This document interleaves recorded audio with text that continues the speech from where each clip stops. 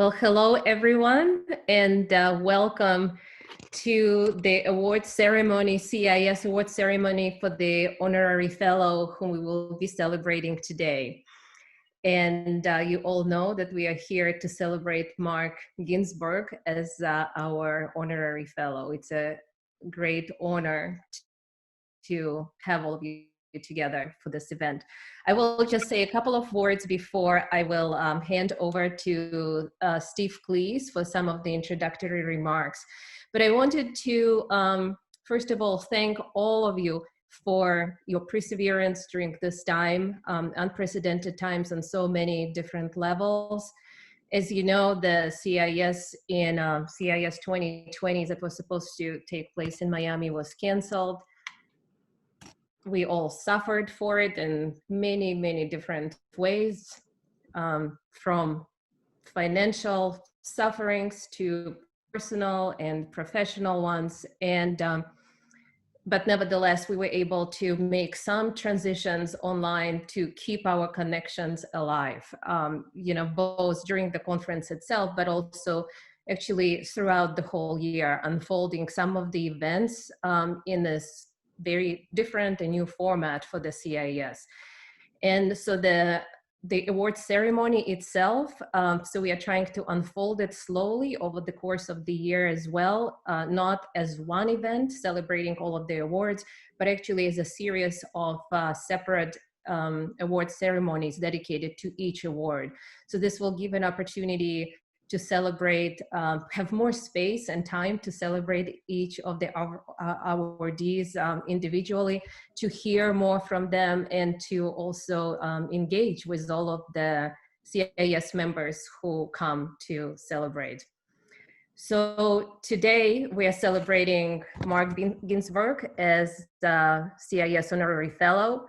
This award was established by CIES in 1983 to honor senior members of the society who, through a period of lifelong service and contribution to the field of comparative and international education, as evidenced by scholarship, teaching, research, and technical service, have advanced the field qualitatively and significantly.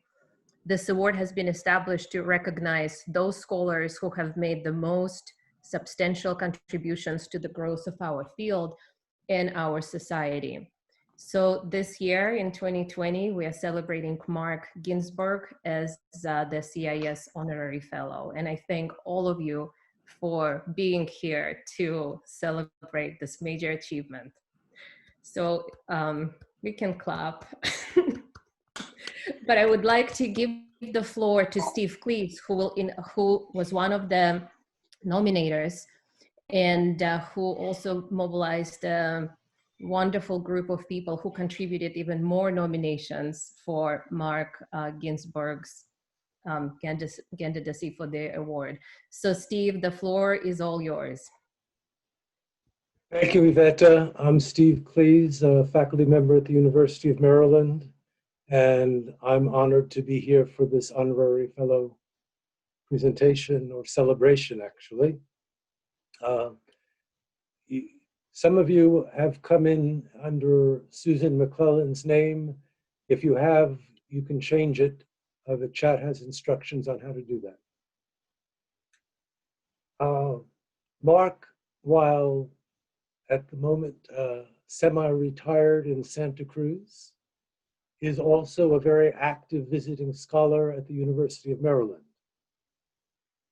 Let me just start with a bit of background. He's been on the faculty at the University of Aston in England, University of Houston, University of Pittsburgh, University of Oslo, Teachers College, Columbia University, Kobe University, George Washington University, and still working with the Universidad de Ciencias Pedagógicas Enrique Varona in Cuba.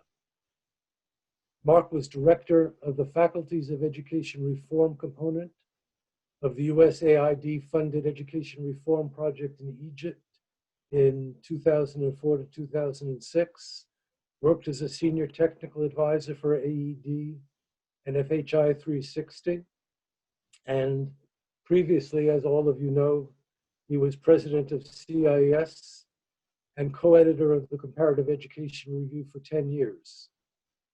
Mark has co-authored or co-edited 8 books, 4 special issues of journals, and over 125 articles and book chapters. But of course, this is just the bare bones outline. I've known Mark for about 40 years, a long time. And it has been a real pleasure and privilege to know him and work with him, especially over the last 14 years when he served as visiting scholar at the University of Maryland.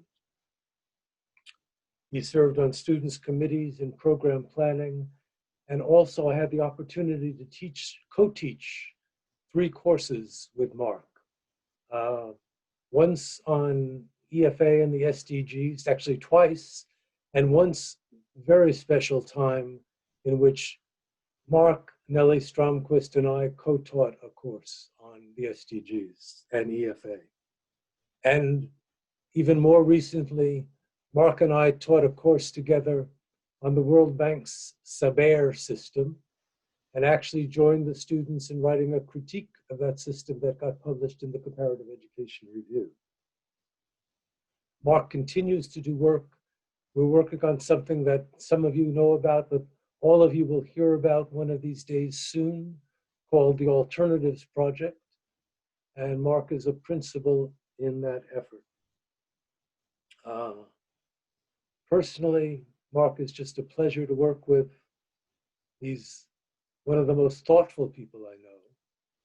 He is cool under pressure, and he has a great understated sense of humor. One of the features that really mark Mark from others that I've known is that he's a very committed activist. And even through his work in Egypt, even through his work in Washington, D.C., at international agencies, he's been a strong activist, as well as throughout his entire career, he's been engaged in the field. The Egypt project was one full-time, but Mark's been engaged in field work throughout his entire career.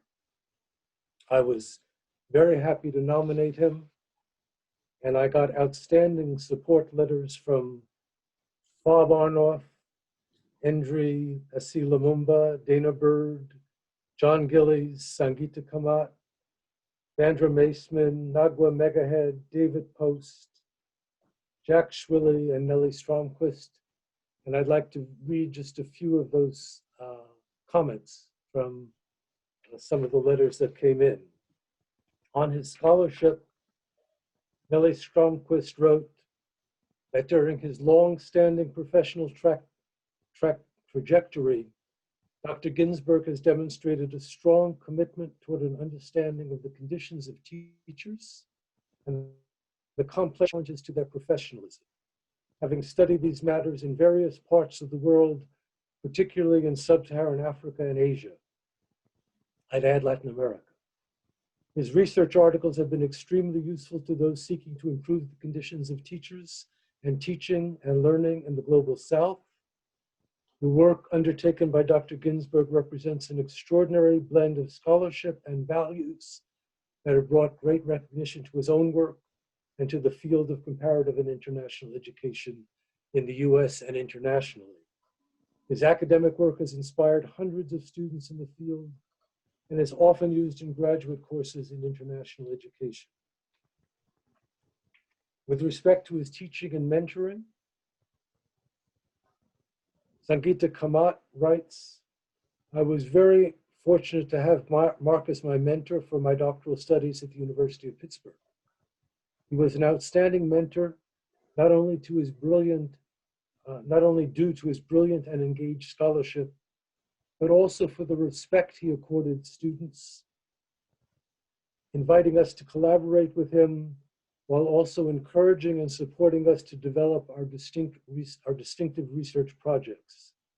In a field that is highly gendered and racialized, Mark was an exceptional mentor who treated students as intellectual equals while giving us direction and support to grow academically and professionally.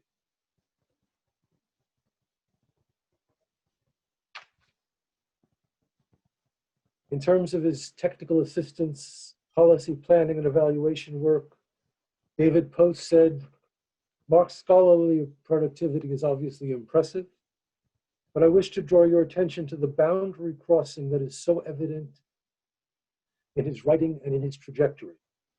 While the tendency over the past 50 years has been for comparative education to turn inward and self-scrutinize, usually in academic journals read by too few, Mark, in his capacity as director of an institute, and later in his agency work for AED and FHI 360, has spanned the divide between applied and academic scholarship.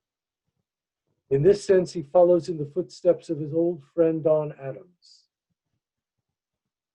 How many of us can claim to walk the walk when it comes to getting out of our safe niches? Who else but Mark has given up a comfortable position at a research university in order to join a teacher reform project and accept employment by AED?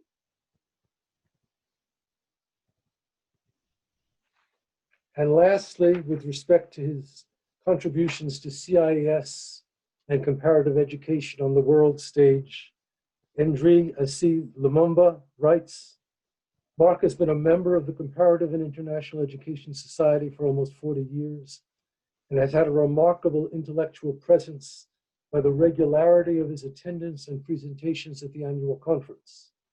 He played a very important role as an organizer of the CIES conference that was held in Houston in 1984. He was later elected as vice president and as president-elect. He organized the annual conference in Pittsburgh and subsequently served as president. Mark has taken seriously the fact that CIES is a founding member and the most influential constituent society of the World Council of Comparative Education Societies. Thus, he has had an exemplary intellectual presence and contributed to the numerous aspects of WC in attending the conferences and serving on various standing committees and other working groups." Without further ado, Mark, please take the floor. Thank you, Steve. Let me share my screen. I've put together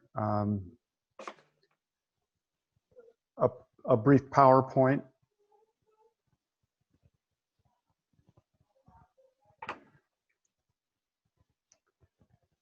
First of all, to welcome you to my new living space.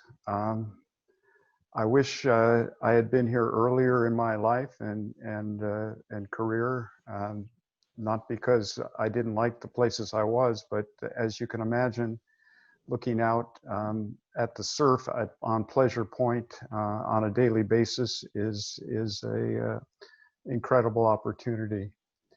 I have to admit very, very deeply that I am humbled to accept this award and to be included among the distinguished colleagues who have been named as CIES Honorary Fellows. I am also amazed that so many people have made time to join this webinar, especially given how much all of us are suffering from the new disease, the Zoom fatigue. And I'm particularly struck by the presence of people who, for whom I have had not much opportunity to see or to even communicate with in recent years. So thank you so much for being here. I would like to start by expressing my gratitude to Steve and the other colleagues listed on this slide. Steve's already mentioned them, but having had a chance to read their letters, it made it very difficult for me to recognize the person they were talking about. It's a tremendous experience to have colleagues write letters of support for you that are not job specific, but career specific. And I really, really value the letters that Steve, Bob, Endri, Dana, John, Sangeeta, Vandra, Nigwa, David, Jack, and Nellie wrote. And as you can see from their institutional affiliations, they represent a variety of different kinds of interactions that I've had with these colleagues over the years. I'm also very appreciative that the Honorary Fellows Committee and the CIES Board of Directors approved the nomination. It's not a decision that they take lightly, and the fact that they accepted the nomination to me is really a message of confidence in me and my career.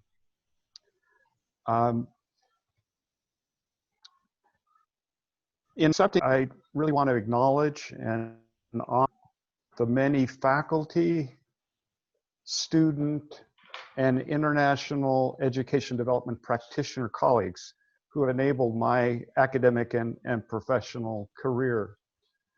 I've tried to capture the institutions that they worked at the time I was there. I mean, starting with my undergraduate work at Dartmouth and graduate work at UCLA. And then I and my family agreed to take a first job in the UK at Aston University. From there, I ended up in Houston, spent more than 17 years at the University of Pittsburgh, and it's great to see colleagues there. I also spent a summer in Oslo, and more than 10 years at FHI 360, just to correct a typographical error that I submitted to the office of the executive director. I didn't notice that I had only been at FHI 360 and AED for 1 year, 2016 to 2016, but actually 10 years. It was my daughter who noticed it when she read the announcement. I was totally oblivious to it. Not a good indication of what kind of editor I was during the 10 years of the CER. But in terms of AED and FHI 360, I want to call attention to colleagues who very much helped me to learn to be a development practitioner. Not only the colleagues who work in the home office of Washington, D.C., and some even remotely for that office, but in the projects that I had opportunities to, I hope, contribute, but certainly to learn much in Afghanistan, in the Democratic Republic of Congo, in El Salvador, in Equatorial Guinea, in Ethiopia, in Egypt, in Liberia, in Malawi, Pakistan, Peru, South Sudan, and Zambia. I sometimes joke that my travels during that period took me to some of the least advertised tourist destinations in the world. But I certainly value the colleagues that I met there, and some of whom are actually online at this session. I also had a great opportunity to spend a winter term at Kobe University. 2 years, a remarkable experience for me at Teachers College, Columbia. And as Steve mentioned, 14 years now that I've been affiliated with the University of Maryland, visiting, again, the great faculty colleagues and student colleagues and the staff there that have been so supportive. And when I retired from FHI 360 in 2016, it was mainly not to escape from the DC area and my obligation and responsibilities at the University of Maryland, but to spend concentrated times in Cuba. And I recognize the valuable colleagues at the Association of Cuban Pedagogues and the University of Pedagogical Science in Havana, which hosted me as a visiting scholar. And again, I hope I contributed, but I know I learned so much during that period. Additionally, I want to mention the encouragement and indeed inspiration that I've received from many of you online and others, colleagues at various institutions with whom I've had the privilege of interacting at the CIES conferences and WCCS congresses. In addition to some of the regional or other national societies of comparative education that I've had a chance to attend. I'm looking forward to in-person such congresses and congresses, but even having something like this online is such a great pleasure. Finally, I'd like to share with you an overview of a chapter that, which along with other CIES honorary fellows, will soon be published in a book by edited by Beverly Lindsay. The title of that is Reflecting on Comparative and International Education, Leading Perspectives from the Field, to be published by Palgrave. I guess we should give the publisher its due. The title is Recognizing Teachers in Comparative Education. In this chapter, I first highlight the importance of teachers. If you look historically, I pulled two quotes here, one from the ILO and UNESCO recommendations concerning the status of teachers, and another that I guess even more of you would be familiar with, the Incheon Declaration and Framework for Action, calling attention and highlighting the key importance of teachers in the lives of schools, in the lives of students, in the lives of community. And without them, the notion of quality education just can't really be understood. Perhaps today, in the context of this pandemic, more people have recognized the value of teachers.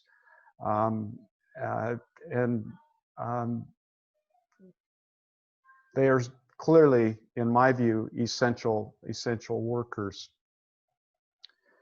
However, I note in this chapter that although in 1956, when the US-based Comparative Education Society, later named CIES, when it was launched as a section of the National Society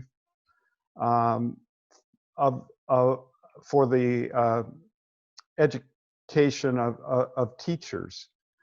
And that to me indicates that early on, a lot of the key participants gave attention and were actually involved in pre-service teacher education.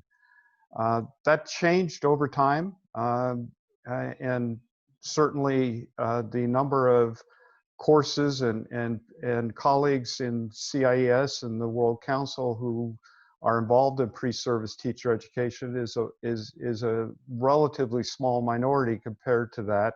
And the concept of being affiliated to a national society for the colleges of teachers, college teachers of education is almost unimaginable today, given all the other activities and foci that we have. And in fact, even beginning in the early or mid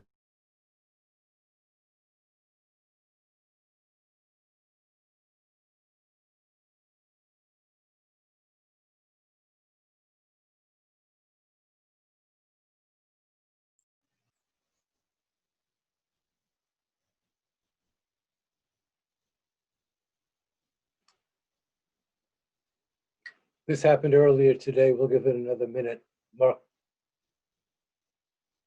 Mark's connection is weak.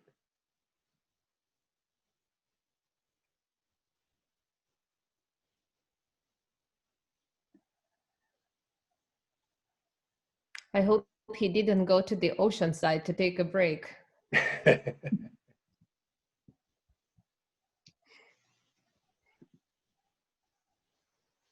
Maybe we lost him.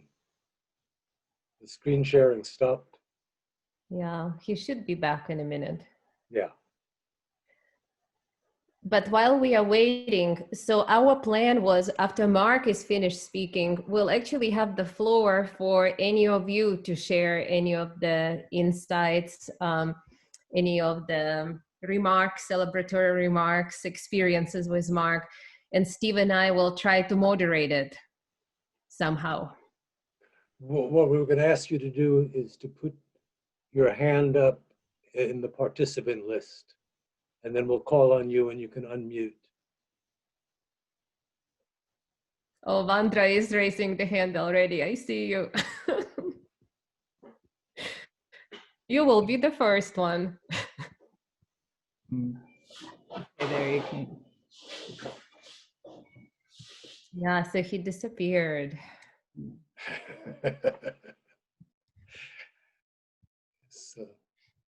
So much for technology. All his fans are here, but Mark's gone. There you go. Oh, he's back. Yay. live close to my daughter, and she's here, as you probably saw online, but it was actually sitting at the same table with me. So I'm switching to another computer. Can you hear me okay? Yes. Okay. So what you don't see on the screen is the rest of the PowerPoint, but it's almost at the end. There's a table that I present that comes out of the articles that shows the period of time over 50 years in terms of the number of chapters in what I identify as English language textbooks in the field of comparative and international education. And the proportion of those chapters that are devoted to teachers. Most recent period, there are in fact none of the recent books have devoted a focus on teachers, but it's varied over time, and in some ways much more so during the early years than in the current situation. But overall, of the 155 odd chapters from these various books during that time, only 3% are devoted to teachers. To me, that's unfortunate, to say the least. I think that our field and more of our main textbooks should focus on teachers and highlight the role they play and the education that they receive. And that is really the message of my article, recognizing teachers in the field. I do note that there are dozens of books that were both edited and individually authored that focus on teachers in our field, but those tend to be specialized books, not often used in, from what I can view, the courses in comparative education. They're certainly not styled as comparative education introductory or advanced textbooks. They're more specialized. And finally, my last slide, which I can't share with you, but at some point you should be able to get access to, because this session is being recorded. I thank everybody for being here. In the 4 languages that I have almost become competent in English, Spanish, French, and Arabic. And I have pictures of one of my heroes, Jose Marti, a 19th century Cuban philosopher, social commentator, and revolutionary, who unfortunately was killed in 1895 during one of the Revolutionary Wars, but he continues to be a source of inspiration for Cuban colleagues for sure, but to me as well. And I had many opportunities to see his statue all over the country. And in fact, almost every school or educational institution would have at least one statue of him. And so I end with the thank you. Muchas gracias, merci beaucoup, and shukran gazilan for all of you being here and for all you've contributed to my life over the and my career over the many years. And I look forward to any additional comments that colleagues would want to make. And I believe Steve and Iveta are going to organize the process. Thank you again for being here. Thank you, Mark. It's wonderful to see you and hear you, even at a distance, even on the beach in Santa Cruz. We all thought you may have left for the beach and entering, but you're here with us.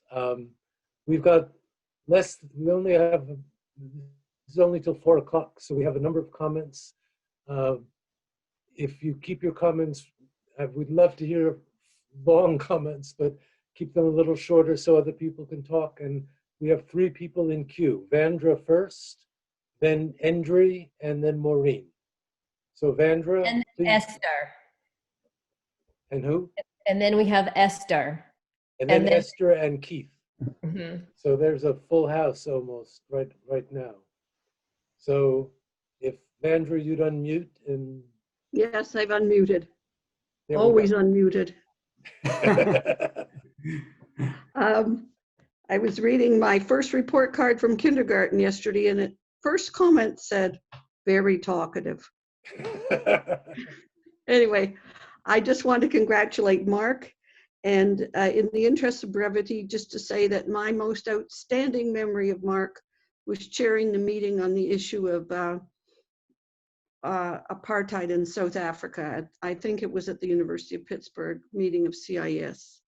And I just think it's time for CIES to face up to issues like that again. I don't think we should be accused of being too controversial. I think that these times ask those kind of things from us. And Mark has been one of the people who did step up to the plate, and I'll just close in remembering that Gail Kelly was another one. Thanks.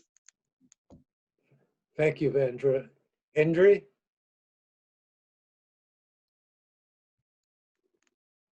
To unmute.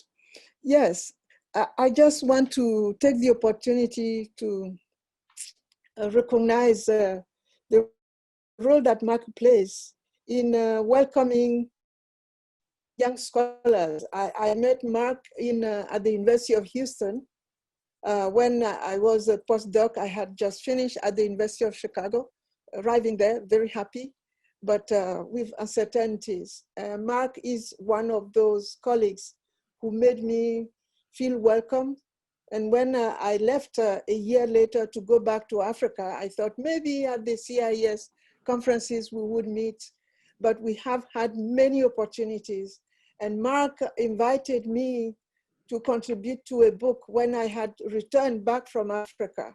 That book, forgetting the name now, but it was quite instrumental in my continued development. Finally, I want to insist again on the fact that Mark plays a role in the global dimension, in the comparative education, living literally the two sides, the scholarly part and the international field part.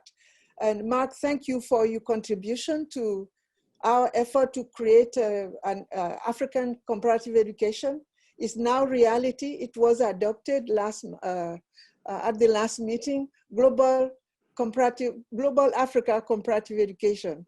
And the journal that you helped us start, we're going to renew it. So thank you. Fantastic. Thank you, Andre. Maureen? Hi, Mark. It's wonderful to be able to see you again through the means here.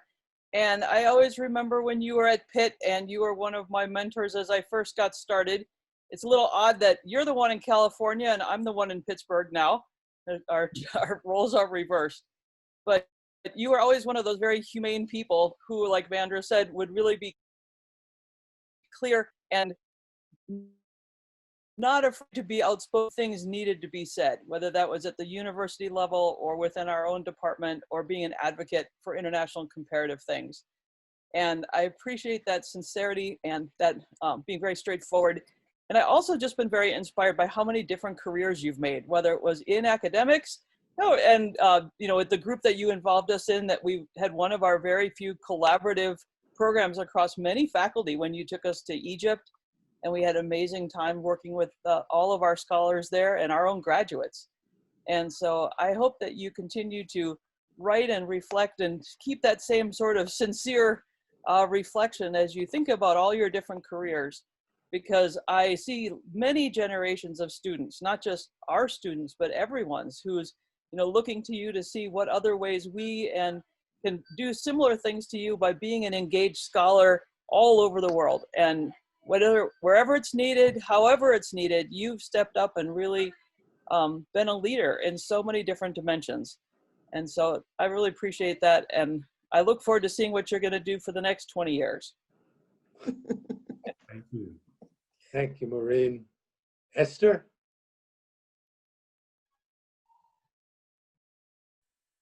Okay, could you hear me? Yes, so I met Mark when he came to interview at the University of Pittsburgh. I was the student representative on the search committee.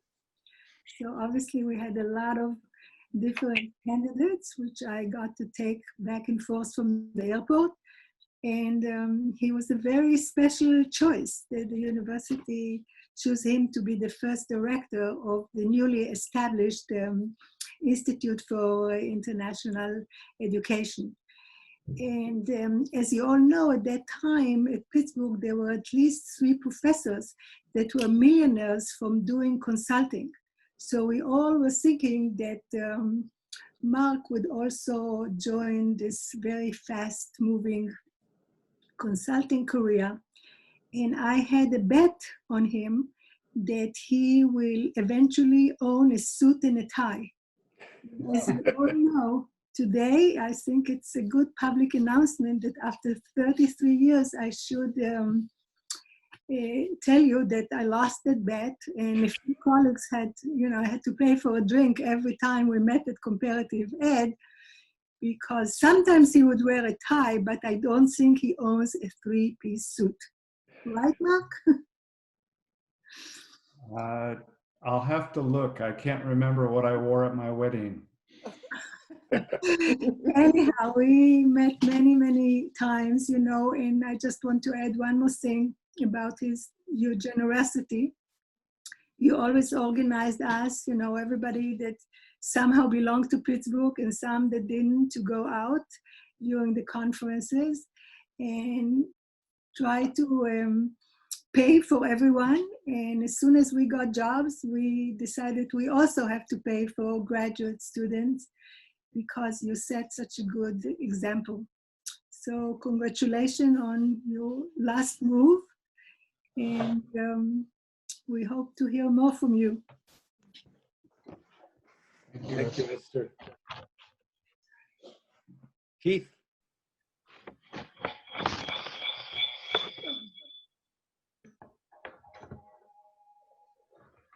Oh, Keith, you're muted. You need to unmute yourself. Yeah, I'm sure it helps. Mark, congratulations, well deserved. Let me send some best wishes from across the pond, and remind you of the conversations we had about Aston some time ago. And I'm glad it had some effect on your career. It's really a pleasure to see the CIES give this award, because I think it's a recognition of many of those things which are important. I was just thinking, we're of a similar age, and we see things in the development world which we've seen before.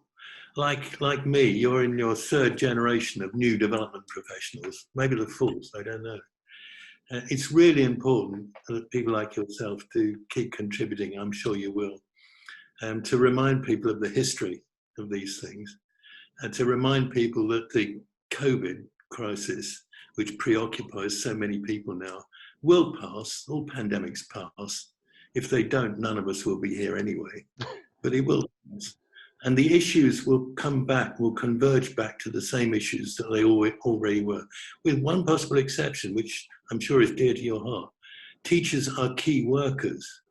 I think so many people didn't really have an understanding of that. And if COVID reminds them of it, that may be one possibly good outcome from the whole story. But this is your time and your space, and as I say, I think there are many people in the UK and in Europe, and of course in the rest of the world, who will celebrate this award as being very well deserved, and a precursor to a career of the third age, or whether it's the third age or the fourth age. But looking at you and your first slide, and looking at Steve's backdrop there, I see that everybody seems to live like Burt Bacharach in a new kind of paradise. So can I join you? Can I join you? And congratulations, and we celebrate. Thank you. Absolutely. Come anytime. This is the closest I get to a beach for a long time. So, Sangeeta. Yeah, I just I was, other people should also feel free to speak, but I felt like I really wanted to also add my voice. I want to build on what Vandra said, and something that also Enrique said. Because one of the first things I remember that Mark was working on, that I got he involved us as graduate students, and that was so, again, inspiring and formative in terms of conceptualizing this field, was his work and writing on the politics of teachers' work, right? And just teachers as political actors, and realizing that and looking at it historically. And I'm thinking, again, just like what Vandra is saying about, the session on South Africa and apartheid, like that work is so relevant today. And, Mark, I want to say that, that work, if there's a way to really build on that, that needs to, really could be its own subfield that is so really important and necessary in conversations today, to bring that back, that work. And you had started that when nobody else was doing that work. No one was really writing or thinking specifically around in those lines, certainly not in an international comparative context. Mm-hmm. And so what is that? And the other, I think what Enrique said about the way in which you have been with young scholars and undergrad, graduate students, and created this welcoming space for them. And that's something I really had the privilege of experiencing and being really benefiting from that and through my career. And I think that's a model that you set for, I think, all of us. And that's sort of what I carry forward then in my work. It's really, your mentorship and who you are as a scholar, mentor, and colleague that I sort of take forward in the work that I do. And so I really want to thank you for that. Thank you for giving me the model that sort of I could just embrace and adopt and take forward. And that I didn't have to struggle to put together, that you really, in a sense, emulated, and I just had to follow sort of the model that you had created. So thank you so much for that. And I know I had a third point, but now I'm forgetting. But thank you for improving on the model in your own work, as I've had a great opportunity to observe. Yeah, but see, this is your generosity. You always so wonderfully encouraging and supportive and appreciative, and recognize other people's work. And I think that the work in Cuba, again, has been something that is so phenomenal. And that was part of our graduate school days, that you brought that work and those conversations and discussions and interactions on Cuba and about sort of the embargo on Cuba and sort of solidarity with Cuba. And that was part, again, so formative for so many of us. And that's something that you've continued, this, that consistency. I do remember, yes, the third point is around sort of the integrity you bring to all of this work of being in these two worlds, of being in the international agency work as well as in the scholarly work. And I don't think I've found many people, or I really know of anyone who's combined them so fabulously in a way that has maintained with a level of integrity that one is very rare to see. And where your practitioner work, you bring such a scholarly lens to it and generate so much really interesting and important and new kind of scholarship through it. At the same time that you're in your scholarship, that you really bring the practitioner sort of questions, you center them in a way that really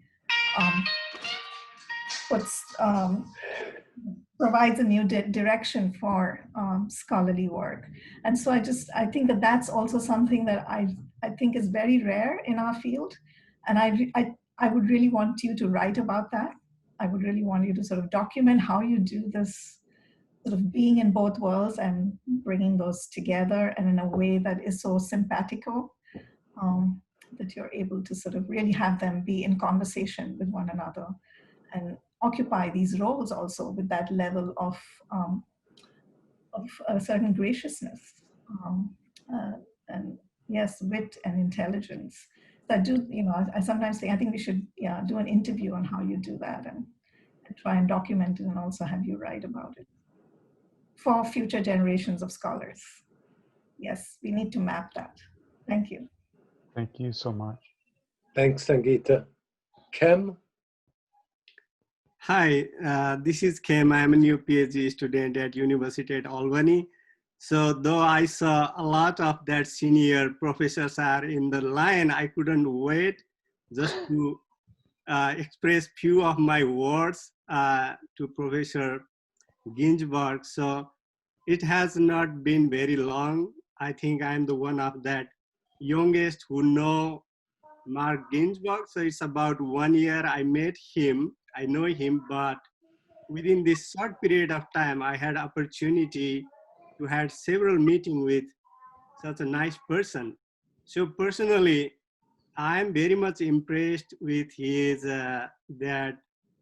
motivation, passion to the teaching and the teaching profession. This is one of the best things I really like about Mark Ginsburg. And he's an inspiration and motivation for the young people. So because when I just asked him for the meeting, and he was easily available. So that's why in a short time, I had an opportunity to meet him several times. So personally, I'm very much grateful to the CIES as well for recognizing his contribution.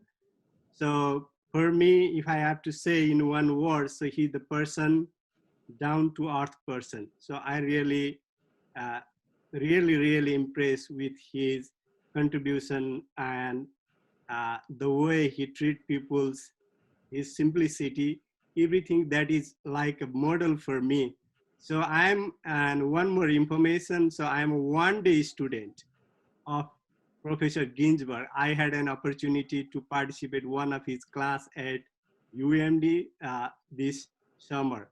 Thank you so much. Thank you, Kim.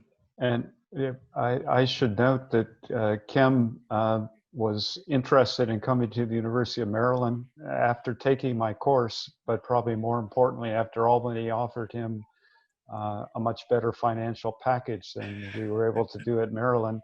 He ended up at Albany, or at least I hope it had more to do with the finance than with the people that you had a chance to meet. Thank you. We've got about 5 minutes left. Rasha?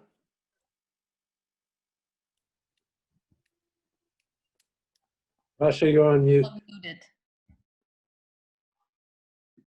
Hello, everyone from Egypt. It's almost 10 p.m. now, and I was very happy to attend. So thanks for CIES and for organizing this event. And Ginsburg, for me, is a very special supervisor during my, thesis writing, because it was a channel program. And it was my first experience to go to an international conference. And then when he asked me, would you like to present something at CIES in Florida 2002? And I said, can I do that? He said, yes, of course, if you want. And then I started to write, the paper, my first paper for an international conference. And he was walking around with this thick book of Motel 6, because he was like helping us find affordable accommodation over there. And this Motel 6 handbook was there wherever we go. And we celebrated my 30th birthday together in Florida at this time. It was really, he's this type of person who opens up a new horizon for students. It's not just like working on an academic piece of research or a dissertation or a paper or something, but it's the whole academic atmosphere and environment. And I'm very grateful for him and, for this, and it has changed my life forever. Thank you so much. I should just add a footnote to Rasha's statement. The Motel 6 in Florida that we stayed at, the day after we checked out, they tore it down. And we were literally the last patrons to go to this. And you can imagine the wonderful condition it was in if they needed to just tear it down rather than try to refurbish it. But Motel 6, unfortunately, or fortunately, in Egypt, I wasn't able to find one, but I did stay at many university houses when I was there. Thank you for being here, Rasha. We're almost at time. Mark, do you have any other concluding remarks for the last 2 minutes? I know people need to leave and Zoom time is scheduled to. I only want to say that I haven't really had a chance during this session to look at the chat, and I will definitely do that, and also make sure I see all the people who attended, because I have not focused as much on the participants or the chat listings that are available. And I just want to have a special shout out to two of the people who are online who I've known since they were born, my daughters, and it's really I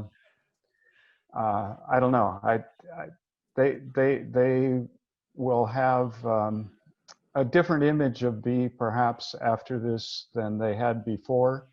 But of course, we could have another seminar where my family talk about what it was like to be a father during the times I was so busy doing academic and professional work. And was a struggle that I had, and well, they still talk to me. Let me put it that way. Thank you again, everybody, for being here, and thank you to CIES for the award, and Iveta and others for organizing this remarkable session. I can't say how happy I am by the opportunity. I think that's a fitting closing. Thanks all of you for coming. It's so great to see so many of you, and for such a wonderful celebration. Quick Yes. reminder, Iveta, please save the chat so then it's available. Yes, we'll definitely save the chat, and we have the recording of the session, so we'll share it with everybody else. And be on the lookout for some more award ceremonies that we will have in the months following. We'll have Joyce Gaines Award in November, and Jackie Kirk in December, and then some more in January and February. But today, I think our most sincere congratulations to Mark for all of the wonderful and amazing achievements, and for all of the great connections, professional and personal and academics, that you have somehow mobilized and nurtured throughout your career. Is it possible to have a picture, Iveta? Iveta, Mm-hmm. is a picture possible? That would be wonderful. Yeah. Yes. The Zoom. I took one picture, but I can try to take some more quickly. There are 3 different screens, so don't leave yet. Actually 4. So, and smile. All right, and wait, I'll do one more, okay? I'll clap. But some people already left. Here we go. I took some pictures. So Great. wonderful. Yes. We need more Thank you occasions so much, like everybody, this. for joining.